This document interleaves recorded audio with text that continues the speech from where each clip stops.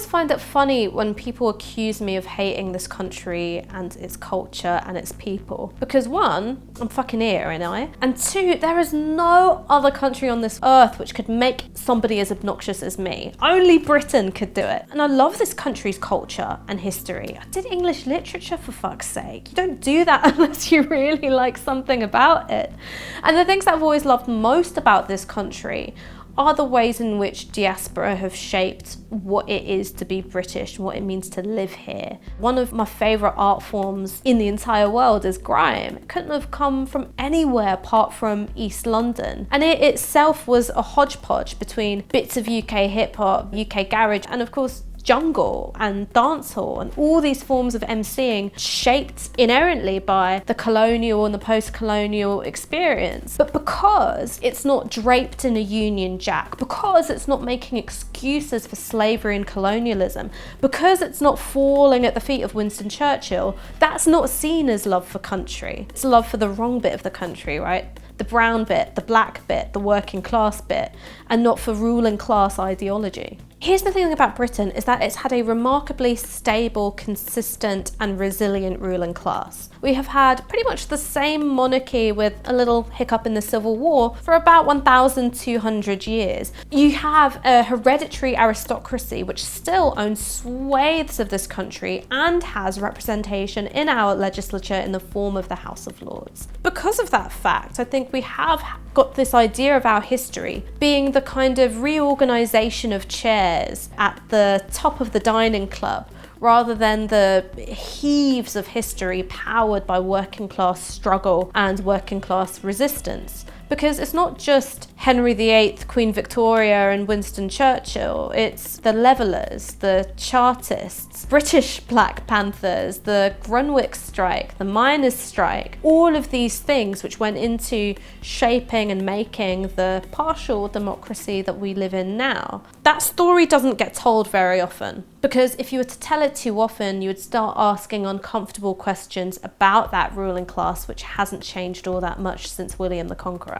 I mean, this idea that all you need are brown faces and high places is just absolutely for the birds. Margaret Thatcher was this country's first female prime minister. She was the daughter of a grocer. Do you think she was good for women? Do you think she was good for working class people, or indeed, lower middle class people? No! So we should have learned this lesson a while ago, that just because somebody shares some of your identity attributes, it doesn't mean that they're going to be organising in your interests. Nobody is more interested in identity politics than black and brown Tories, because they will tell you the story of how their grandparents sailed here in a shoe with nothing but a halfpenny in their pocket, all the while deporting your grandparents. That's the game that they play. What they are a flimsy cover for the ongoing institutional racism of the state, just now with a little bit of diversity bunting at the top. The report into racial and ethnic disparities is a joke. It's the equivalent of getting a panel assembled by the CEOs of BP, Shell and ExxonMobil to write a report into how and why climate change is happening. It was biased from the start because Munira Mirza was behind it, who has made a career denying the existence of institutional racism and saying that it leads to a culture of grievance. It was chaired by Dr. Tony Sewell, who's been famous for the last decade, not only for saying much of the same thing, but that any enduring racial disparities can be put down to bad parenting and cultural failings, and also Mercy Muroki, who is at the improbably named Centre for Social Justice, a think tank set up by Ian Duncan Smith, no less. And you can most often find her in the pages of Rupert Murdoch's papers, reassuring its readership that this whole racism malarkey thing is overblown. So a government which doesn't like people talking about institutional racism assembled a panel of people who don't think institutional racism exists, and lo and behold, they've produced a report which says no institutional racism to be found here.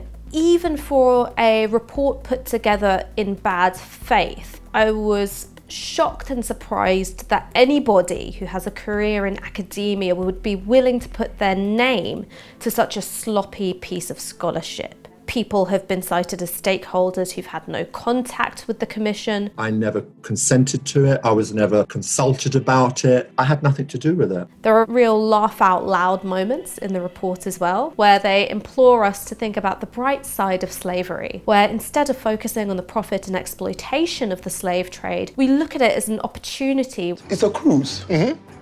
I've never been on a big boat in the middle of the ocean before. Is it dangerous? Absolutely not. In fact, we consider our customers precious cargo. So precious, in fact, we keep you safe and secure underneath the boat for the whole ride. When it comes to the real purpose of the report, which is to explain away enduring racial disparities, they have to provide an alternative explanation. And the one that they go for is that ethnic minorities in this country are haunted by the memory of discrimination. And this haunting memory is kept alive by modern day anti-racists who are inculcating a culture of victimhood and grievance. This is saying, don't talk about the Bengal famine. Don't think too hard about the British Empire or of slavery. Don't think about your grandparents or your parents' experience in this country. Don't think too hard about post-colonial struggle for independence, which the British tried to stamp out. We're going to be extremely firm and extremely mean. If anyone starts any trouble, they'll just get their head blown off.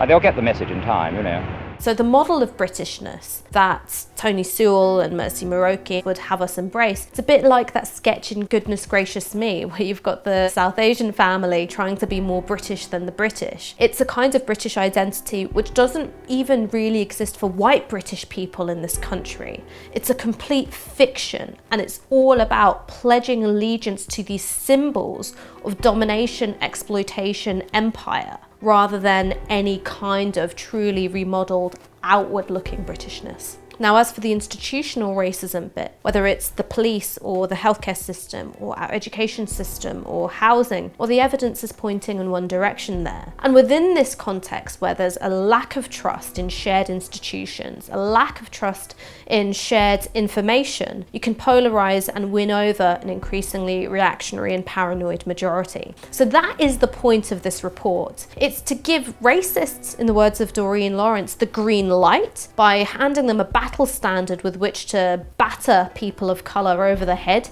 and say, look, racism doesn't exist. And it's also about pumping out discredited, half-baked and shoddy scholarship, which means that all of us are stuck having a stupid argument about whether or not institutional racism exists, rather than the one that we should be having, which is how do we go about addressing it. Controversy was absolutely the point of this report, because you've got to ask yourself, why does the government like culture wars so much? A culture war is a political conflict which takes place on the terrain of identity. It's about who are we, how do we want people to see us, who are you, how do I see you?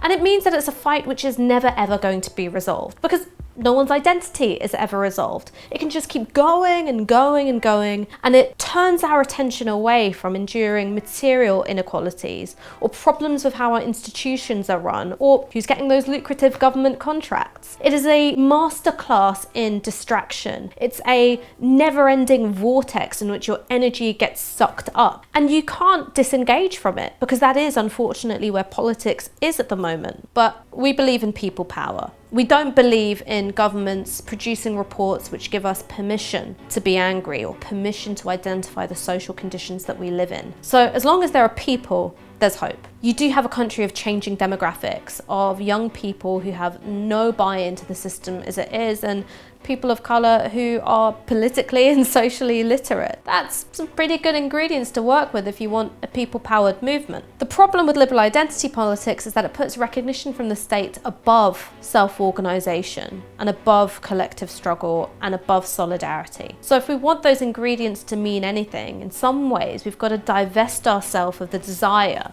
to be recognised by those at the top and start recognising each other. If you liked this content, you should support Double Down News by finding their Patreon and giving them money. And if you didn't like this content, you should also go to their Patreon and give them money, because then they can fund a higher calibre of guest. So whatever, go there, give them money. Join the future of journalism, join Double Down News on Patreon.